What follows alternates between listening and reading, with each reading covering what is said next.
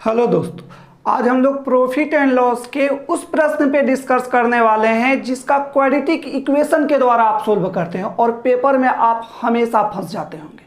तो ये प्रश्न के द्वारा ही आप ज़्यादा समझिएगा इस टाइप को, तो ज़्यादा समझ में आएगा। तो देखिए, इस प्रश्न को सबसे पहले आप बारीकी से पढ़िए। प्रश्न जो दिया गया है, एक घड़ी 144 रुपया में बेची गई। यदि लाभ की प्रतिशत संख्यात्मक रूप से उसके क्रय मूल्य के बराबर हो तो घड़ी का क्रय मूल्य कितना था, यानी घड़ी के क्या बताना है आपको, सीपी बताना है। अब देखिए, इस टाइप के प्रश्न को हम लोग सोल्व कैसे करेंगे सो समझिए। तो आप बारीकी से सबसे एसपी इसका विक्रय मूल्य कितना दिया गया है 144। अब देखिए बोला है प्रतिशत और क्या दोनों, उसका क्रय मूल्य जो दोनों है, दोनों क्या है, बराबर है। प्रतिशत यानी कि पी प्रॉफिट लिख देते हैं। प्रॉफिट प्रतिशत इक्वल टू कितना हो जाएगा, ले लेते हैं एक्स। और सीपी यानी कि क्रय मूल्य भी कितना आपका हो जाएगा, तो क्रय मूल्य भी होगा एक्स, क्योंकि दोनों इक्वल है। ठीक है, संख्यात्मक रूप से दोनों क्या है, बराबर है। यहां तक आप समझ गए। अगर आपको 144 रुपया में खरीदा जाता है और इसका कितना विक्रय मूल्य दिया गया है 144 रुपया, और सीपी हम लोग कितना ले लिए एक्स, तो आपसे पूछे कि कितना रुपया का प्रॉफिट होगा यानी लाभ होगा, तो क्या कीजिएगा 144 में से क्या माइनस कर दीजिएगा एक्स। तो एक आप फार्मूला पहले से पढ़े होंगे, फार्मूला के आप बेसिक ही हैं। तो प्रॉफिट प्रतिशत इक्वल टू आप जानते हैं पी इंटू क्या करते हैं हम लोग 100 और बटा में क्या लेते हैं सीपी। ठीक है, अब देखिए तो प्रॉफिट का प्रतिशत भी कितना है एक्स, समझिएगा बारीकी से।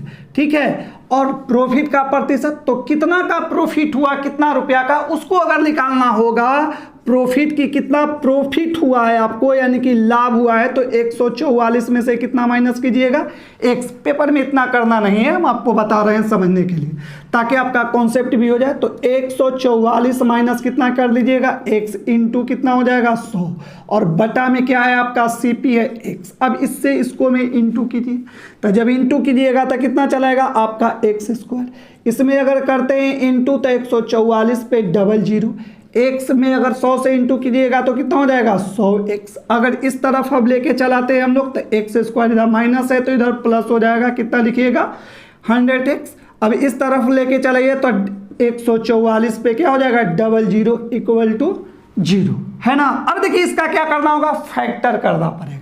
अब फैक्टर करना होगा तो कितना कितना कर सकते हैं एक्स स्क्वायर प्लस लिख सकते हैं हम लोग 180x माइनस कितना हो जाएगा 80x माइनस कितना 144 पे डबल जीरो, ठीक है, इक्वल टू जीरो। अब देखिए इसको x कॉमन ले लीजिए तो x प्लस कितना हो जाएगा 180। इसी तरह से यहाँ 80 कॉमन लीजिए तो x प्लस हो जाएगा यहाँ कितना 180। अब तो इतना आप तो आप पहले से भी जानते हैं, तो इसको लिख सकते हैं कितना x माइनस 80 और इसको लिख सकते हैं x प्लस 180। अब आप जानते हैं इसका जीरो अगर दोनों लीजिएगा तो एक का वैल्यू कितना चलाएगा x इक्वल टू 80 और एक का वैल्यू कितना x इक्वल टू कितना हो जाएगा माइनस 180। तो माइनस वाला तो कभी होगा नहीं, होगा ये आप जान रहे हैं। तो इस टाइप के प्रश्नों को इतना लॉन्ग मेथड से बाय प्रोसेस जब बनाइएगा तो सोल्व होगा, ठीक है। लेकिन जो ट्रिक्स है उसको समझिए तो आप इस टाइप के प्रश्नों को सेकंडों में बना लीजिएगा। बस थोड़ा सा ही फैक्टर आपको समझना है कैसे करना है। अब देखिए विक्रय मूल्य कितना दिया गया है 144, ध्यान से समझिएगा, ठीक है 144। अब देखिए इसको ऐसा फैक्टर तोड़ना है दो को कि दोनों के अंतर 144 के उस फैक्टर को हम लोग को खोज करना होगा कि दोनों के डिफरेंस जो आ जाए से कितना का इक्वल आ जाए 10 के बराबर है। जैसे समझिए इसका अंतर कितना आना चाहिए, डिफरेंस कितना आना चाहिए, तो 10 के बराबर आना चाहिए, ठीक है। कैसे सो समझिए, ठीक है। अब जैसे हम लोग ले लेते हैं एक, दोनों के इंटू करेंगे तो कितना चला चाहिए 144। तो आप कहिएगा कितना, एक ले सकते हैं 18 और एक ले सकते हैं कितना 8, तो होगा ना 18 और 44 से 144। अब दोनों के डिफरेंस यानी अंतर 18 में से अगर 8 माइनस कीजिएगा तो कितना चलाएगा 10, समझ रहे होंगे, ठीक है। 18 में से ऐसा ही फैक्टर लेना है। आप कहिएगा कि 12 और 12 के भी ले लेंगे, तो 12 के अगर फैक्टर तोड़िएगा यहाँ समझिए जैसे 144 है, ठीक है, तो इसका आप कहिएगा कि फैक्टर हो जाएगा 12 तो 12 से इंटू कीजिएगा तो कितना चलेगा 144। तो दोनों का डिफरेंस जो आएगा तो कितना चलेगा 0, और डिफरेंस बोले हैं अंतर हमेशा कितना आना चाहिए 10 आना चाहिए। दिमाग में आप सेट कर दीजिए डिफरेंस कितना आना चाहिए 10। अब देखिए तो दोनों के 18 में से 8 माइनस के डिफरेंस आ गया 10। अब इसमें आपको देखना है छोटा वाला वैल्यू कौन है, 18 है या 8, तो आप बता दीजिएगा कि कौन सा वैल्यू है, 8 है। तो 8 पे क्या करना है, बस इस पे एक जीरो दे दीजिए, ठीक है, वही हम लोग के आंसर चलाएगा। ठीक है, किस वैल्यू पे, छोटा वाला वैल्यू पे। जो अगर फैक्टर अगर लाभ में रहे, ठीक है, तो उसमें का दो गो फैक्टर तोड़ेंगे, दोनों का डिफरेंस 10 आना चाहिए। जो छोटा वाला वैल्यू रहेगा उस पर क्या करना है, एक जीरो दे दीजिए, तो वही हम लोग के क्या चलाएगा, आंसर चलाएगा। तो मेरे ख्याल से आप समझ गए, तो कौन सा आंसर हो जाएगा, बी नंबर। तो चलिए इसी से रिलेटेड एक और प्रश्न को देख लेते हैं ताकि प्रैक्टिस और आपका अच्छा से हो जाए। इस प्रश्न को आप देखिए, इसको भी सबसे पहले एक बार आप बारीकी से पढ़ लीजिए ताकि इसको सेकंडों में आप सोल्व कर सकें। तो प्रश्न जो दिया गया है, किसी वस्तु को 75 रुपया में बेचने पर उतने ही प्रतिशत का लाभ होता है जितना वस्तु का क्रय मूल्य है। तो वस्तु का क्रय मूल्य बताइए, तो क्या बताना है, सीपी बताना है। अब देखिए इसको विक्रय मूल्य कितना दे दिया गया है, तो विक्रय मूल्य आप कहिएगा 75 है। दो गो आपको फैक्टर ऐसा तोड़ना है कि डिफरेंस जो आए, अंतर जो आए तो कितना आना चाहिए, तो अंतर 10 आना चाहिए। तो कितना कितना का तोड़ सकते हैं, तो अंतर 10 आने के लिए 15 और कितना का तोड़िएगा 5, तो कितना, दोनों का फैक्टर कितना हो गया 15, तो 15 बचे कितना हो जाएगा 75। ठीक है, ऐसा नहीं कि ऑप्शन है यहीं पे देख के आप ट्रिक्स करके भर जाइए, लेकिन क्या करना है, छोटा वाला वैल्यू पर क्या करना है, जीरो बैठा देना है। तो छोटा वाला वैल्यू कौन है, 5, तो इस पे जीरो बैठा दीजिए, यही चलाएगा। इसका क्रय मूल्य कितना रुपया चलाएगा, 50 रुपया। मेरे ख्याल से समझ गए। तो ये जो टाइप जो आप अभी देखें तो ये लाभ वाला था, लेकिन एक और टाइप है, इसी से सेम प्रश्न आपको रहेगा लेकिन हानि कर देगा वहां। ठीक है, तो उस टाइप को भी जरूर देख लीजिए, नहीं तो आप हमेशा के लिए कंफ्यूजन में पड़ जाइएगा, हमेशा उलझ जाइएगा पेपर में। तो चलिए उस टाइप को भी हम लोग देख लेते हैं। इस प्रश्न को आप देखिए, इसको सबसे पहले बारीकी से पढ़िए, और प्रश्न ही देख रहे होंगे तो इसमें ऑप्शन नहीं दिया गया है, इसका भी कुछ रीजन है, इसलिए सबसे पहले प्रश्न को सोल्व कीजिएगा तभी आपको पता चलेगा। ठीक है, तो प्रश्न जो दिया गया है, किसी वस्तु को 21 रुपया में बेचने पर उतने ही प्रतिशत का हानि होता है। इस बार क्या हो रहा है, लॉस हो रहा है, होता है जितना क्रय मूल्य है। तो वस्तु का क्रय मूल्य बताइए। इस बार क्या बताना है, आपको सीपी बताना है। ठीक है, पिछला में भी सीपी ही बताना था, पहले वाला प्रश्न में, दोनों में, लेकिन पहले वाला में क्या होता था, लाभ होता था, इस बार क्या हो रहा है, हानि हो रहा है। ये आप समझ गए। तो देखिए इसका विक्रय मूल्य दे दिया गया, विक्रय मूल्य कितना दे दिया गया, 21 रुपया। पहले आप कॉन्सेप्ट को समझ ले, तो इसके बाद हम ट्रिक्स भी आपको बताएंगे। ठीक है, तो कितना आ गया, एसपी कितना दे दिया है हम लोग का, 21 रुपया। हम लोग अगर ले लेते हैं सीपी, अगर हम लोग मान लेते हैं कितना, x, तो इसी तरह अगर आपसे पूछा जाए कि लॉस कितना का होगा, लॉस प्रतिशत, तो लॉस प्रतिशत भी आप क्या कहिएगा, x का होगा। अब पूछा जाए आपसे कि कितना रुपया का लॉस हुआ, रुपया में बताना होगा, है ना, कितना रुपया, तो आप क्या कीजिएगा कि जब रुपया में अगर बताना होगा, परसेंट में तो आपको इसमें दे ही दिया है, तो क्या कीजिएगा, x में से कितना घटाना पड़ेगा, 21, क्योंकि इस बार आपको क्रय मूल्य में से विक्रय मूल्य को माइनस करना होगा।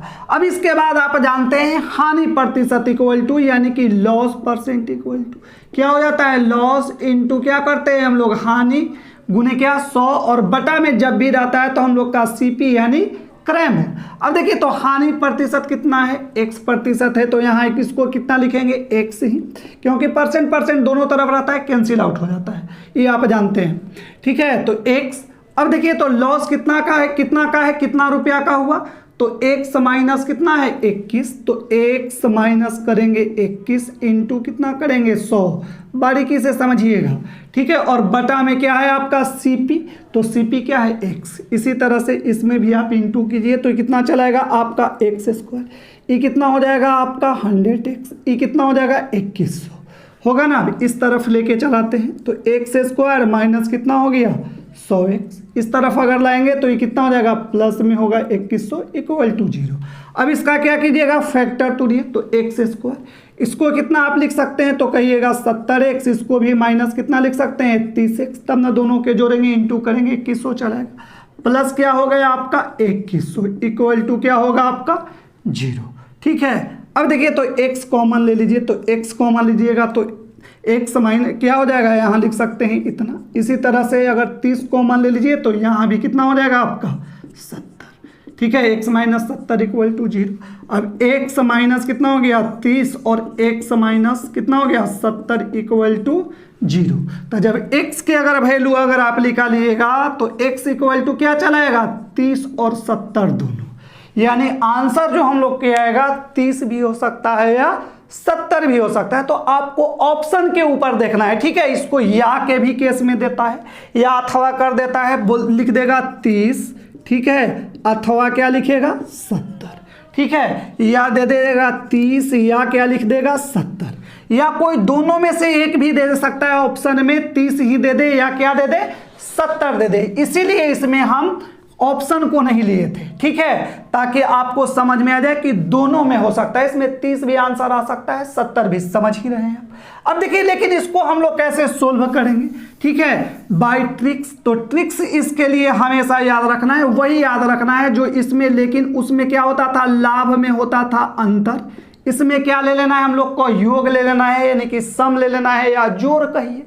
तो योग ले लेना है इसमें कितना 10 ही, ठीक है, कि दोनों फैक्टर के जोड़ला पाना चाहिए कितना 10। उसमें कितना अंतर आना चाहिए था, हानि वाला में यही याद रखना है कि दोनों का योग होगा, ठीक है, और लाभ वाला में दोनों के क्या होगा अंतर होगा। अब क्या कीजिए 21 के आप फैक्टर तोड़िए, तो 31 के फैक्टर तोड़िएगा तो कितना कितना तोड़ सकते हैं, तो 7 और 3, और 7 और 3 को जोड़िएगा तो कितना जाएगा 7 + 3 = 10, ठीक है। अब इसमें दोनों आंसर हो सकता है, 30 भी हो सकता है और 70 भी हो सकता है, ठीक है, 70 भी ले सकते हैं आंसर और 30 भी होगा। इसीलिए इस कॉन्सेप्ट पे हम डिस्कस किए ताकि आपका कॉन्सेप्ट भी अच्छा से हो जाए, ठीक है। तो आप पेपर में क्या करना है, बस हानि जब दे दे तो दोनों के क्या लीजिएगा, योग इक्वल टू ले लेना है 10, ठीक है, दोनों के फैक्टर तोड़ देना है। बाय ऑप्शन में आपको देख लेना है कि 30 दे रहा है या 70 या 70 या 30 दे रहा है, या के कंडीशन में या अथवा के कंडीशन में ऑप्शन है, उस मुताबिक आपको सोल्व कर लेना है, ठीक है। तो मेरे ख्याल से इस कॉन्सेप्ट को भी आप समझ गए। तो चलिए इसी से रिलेटेड एक और देख लेते हैं हम लोग में, ताकि आपका और अच्छा से प्रैक्टिस हो जाए। इस प्रश्न को देखिए, सेम उसी टाइप का है, इसलिए आप इसको सबसे पहले क्या कीजिए, वीडियो को रोक करके और सबसे पहले आप अपना आंसर बता दीजिए, ताकि आपको समझ में आया नहीं हमको भी पता चल जाएगा। तो चलिए जो लोग नहीं समझे एक बार फिर से समझ लीजिए। प्रश्न जो दिया गया है, किसी वस्तु को 24 रुपया में बेचने पर उतने ही प्रतिशत का हानि होता है जितना वस्तु का क्रय मूल्य है। तो वस्तु का क्रय मूल्य ज्ञात करें, क्या बताना है, वस्तु का क्रय मूल्य। अब क्या कीजिएगा, सीधा सीधी फैक्टर तोड़ दीजिए, किसका 24 का। तो 24 के कितना कितना फैक्टर तोड़िएगा कि दोनों का योग जो चला है तो कितना आना चाहिए, योग यानी जोड़ या सम कहिए, कितना आना चाहिए 10, ठीक है। तो फैक्टर कितना कितना तोड़ सकते हैं, मेरे ख्याल से आप तोड़ दी। एक बार आप जो ही फैक्टर आया उसको कमेंट बॉक्स में कमेंट कर दीजिए, ठीक है। तो फैक्टर जब तोड़िएगा तो कितना कितना चला सकता है, 6 और कितना चलाएगा 4, ठीक है, 6 और कितना आएगा 4 आएगा ना, 6 और 4 10। ऐसा नहीं कि दूसरा फैक्टर आप तोड़ दीजिएगा कि 24 है तो फैक्टर तोड़ दीजिए 8 और 3, तो 10 तो आएगा नहीं, फैक्टर तो 24 आ जाएगा लेकिन 10 आएगा नहीं। तो दोनों के जोड़ला पर कितना आना चाहिए 10, दिमाग में आपका सेट कर दिया गया है, ठीक है। तो इस पे भी कितना होगा 0, इस पे 0, दोनों के देख लेना है बाई ऑप्शन की कौन सा आंसर होगा, या दोनों दिया है 60 या 40 या 40 या 60, ठीक है। तो मेरे ख्याल से आप समझ गए। अगर आपको आज का कॉन्सेप्ट और ट्रिक अच्छा लगा तो सबसे पहले वीडियो को लाइक कर दीजिए, उसके बाद क्या कीजिए आप शेयर कर दीजिए। अगर आप पहले बार देख रहे हैं तो सबसे पहले क्या कीजिए सब्सक्राइब भी उसको कर दीजिए। तो चलिए आज के लिए बस इतना ही, फिर हम लोग मिलते हैं कल नेक्स्ट वीडियो में।